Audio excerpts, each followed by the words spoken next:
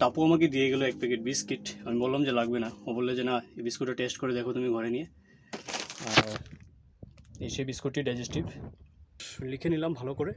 আর চলুন এখন যাই বাড়িতে। আবার সকালে জলদি উঠে কালকে দোকানের জিনিসগুলো নিতে হবে, কারণ সোমবার হোলসেল দোকানেও ভিড় বেশি থাকে। তো কাস্টমার নেই, তার জন্য দোকানের বাইরে দাঁড়িয়ে রইলাম। আর আজ এখানের ওয়েদারও খুব ভালো, ঠান্ডা। তো 2টা বেজে গেছে, চলুন গিয়ে দুপুরের খাবার খেয়ে আসি। আরে গুড মর্নিং, কেম ছে my lovely viewers and welcome to my blog. চলে আসলাম দোকানে, চলুন সব কামকাজ শুরু করি। তো কাস্টমার নেই, তার জন্য দোকানের বাইরে দাঁড়িয়ে রইলাম। আর আজ এখানের ওয়েদারও খুব ভালো, ঠান্ডা বাতাস চলছে সাথে।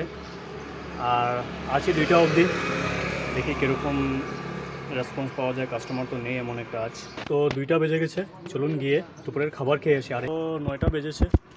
আর চলুন আস্তে আস্তে দোকানটা মঙ্গল করি। তো দোকানটা মঙ্গল করে নিলাম। আর কালকে সকালে কী কী জিনিস আনতে হবে সেই জিনিসগুলিও লিখে নিলাম ভালো করে।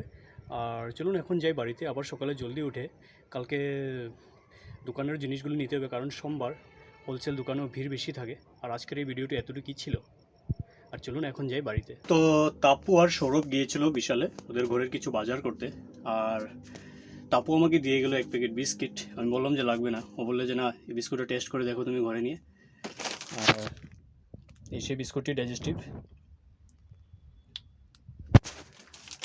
চলুন এখন যাই বাড়িতে, খুব খিদেও পেয়েছে।